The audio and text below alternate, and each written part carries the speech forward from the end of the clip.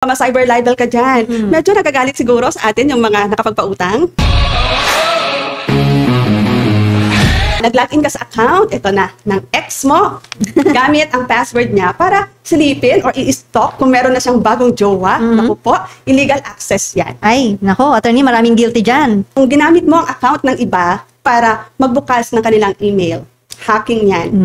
Kung nagpapadala ka ng fake email para naman makuha ang bank information, Opo. phishing, yan. Kung nag-post ka ng screenshot ng chat ng ex mo para ipahiya siya, posibleng maging cyber libel or violation of privacy yan. May naalala ako, HR dyan, habang nagda-drive, may tumawag din sa akin. Kilala niya ako. Opo. Alam niya yung information ko, tapos sabi niya, meron na po ba kayong SSS application sa phone? Opo. Sabi niya. So, bakit kailangan ng app? Sabi niya, required na po ng SSS na lahat ng members ng SSS meron ng app sa phone. So sabi ko, can you call me after siguro a few minutes kasi I'm driving. So siguro, medyo na-realize niya na alam ko. Ayun, nag-hang up siya. Papadalhan ka ng link. Dinownload mo yung app na sinasabi niya at naniwala ka dahil sabi niya from SSS siya at alam niya yung information mo. Sasabihin pa kung ano yung ilan na yung contributions mo, so nakakapaniwala. Ang risk kasi noon, pag dinownload mo na yung app sa cellphone mo, they now take control. Meron na silang access sa iyong mga banking applications. Sa ibang applications, meron ka Facebook. So lahat ng apps mo na naka-install sa phone mo, meron na silang control. Attorney, ito naman yung huling nasabi mo kanina, yung ipinahiya yung ex. No, maraming guilty dyan.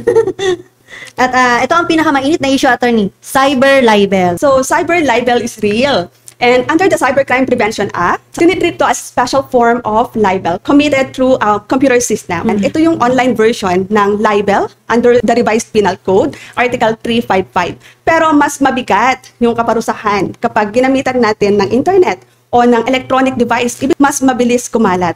Ano po ba yung mga elements niya, attorney? Kapag may post against you, kailangan nating tingnan kung present tong apat na to. Okay. No? So there are 4 elements para masabi natin ay present by cyber libel. So unang-una, imputation of a discreditable act or condition. Dapat may sinabi sa post na pag-aakusa ng isang bagay na nakakabawas sa reputation ng isang tao. Halimbawa, tinawag mong bet ka yung isang babae. Nilagay mo yung kanyang picture o bet ka si Miss XXX. No, pinangalanan mo. Meron ng imputation of a discreditable act or condition na makakasira sa kanyang pagkatao. Totoo man yan or hindi. Second, titingnan natin, meron bang publication? Nakita ba to ng third person or third party? So, hindi lang siya private chat na sinabihan mo, hoy, sakang bet ka. So, kung dalawa lang kayo sa private chat, hindi yung publication. Ang importante dito, may ibang tao na nakabasa o nakakita ng post. Kahit sa group chat, hindi lang kayong dalawa yung nandun. So, pag sinabi mong si XXX ay isang bet ka, nabasa yan ng ibang tao, meron ng publication. Pangatlo, na-identify ba yung taong tinutukoy? So, kung nilagay mo yung picture, of course, na-identify na siya.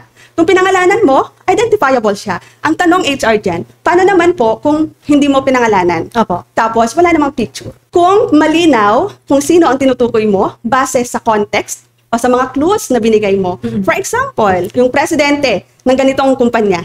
Sino lang ba ang presidente ng kumpanyang yon? So, hindi mo nga siya pinangalanan, hindi mo siya nilagyan ng picture, pero identifiable siya. And dapat merong mali siya. At sabihin natin, totoo naman, what's your intention? So, pinost mo ba yon para makaganti? Pinost mo ba yon para mag-grant? Or para mapahiya siya? No, kahit totoo pa. So, meron ng malice. And when it comes to libel and cyber libel, malice is already presumed. For example, attorney, yung aking manager, ang lakas mang insulto sa kanyang staff. Tapos, nainis ako at nag-post ako. Delikado na po yun. Ayun. Kahit hindi mo siya pinangalanan, HR dyan, pero nilagay mo yung boss namin at isa lang naman ang boss mo. Correct. Identifiable na siya.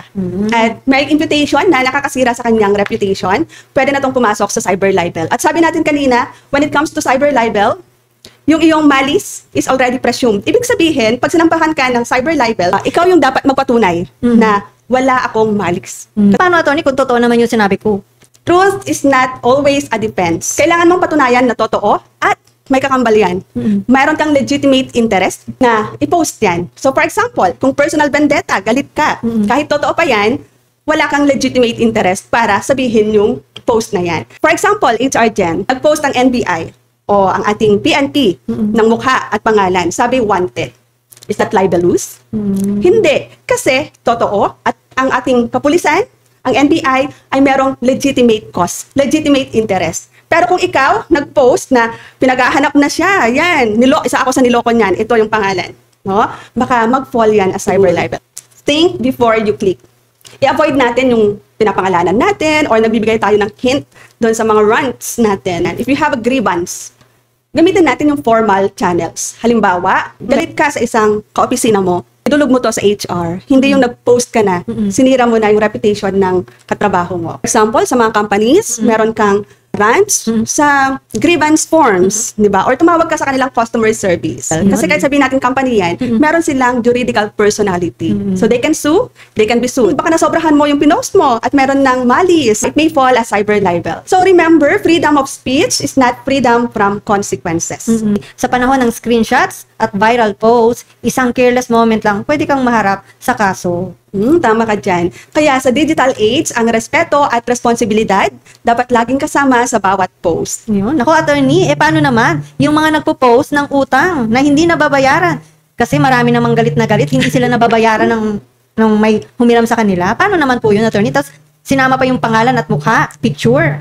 Ayun nga, HR Jen. So, dahil nagpo-post tayo ng awareness and educational videos tungkol sa pagpo-post, baka ma-cyber libel ka dyan. Medyo nagagalit siguro sa atin yung mga nakapagpautang. Pero ang batas na to is hindi lang naman para sa mga umutang na napo-post. So, it applies to everyone. Pinapaalalahanan lang po natin na kung galit ka, naintindihan naman natin na ang hirap maningil ng pautang. Pero meron kasing batas na nagpaparusa dyan. Pwede yan maging cyber libel or even violation ng Data Privacy Act, HR dyan. Kung yung nag-post ng mukha at pangalan ng debtor is a company, for example, lending companies, no, na na-register sa SEC. So, pwede silang mag-violate ng Data Privacy Act. And at the same time, pwede silang mag-commit ng cyber libel. Kasi kahit totoo, kung ang intent mo is to shame or to destroy reputation, liable ka pa rin. Tingnan po dito is yung malice, hindi yung truthfulness. Truth is not always a defense, especially kung meron tong malice. Sa mga kasong dinesidean ng ating Supreme Court, laging sinasabi, truth must be coupled with good motive. Gaano kabigat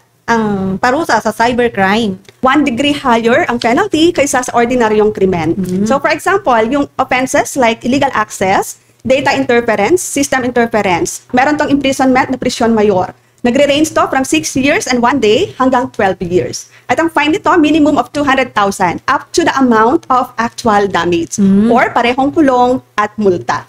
Yun naman, misuse of devices. For example, hacking tools. Naku po, imprisonment of prisyon mayor, fine up to 500,000 or both. Nako, attorney, laki pala na yan, 500,000.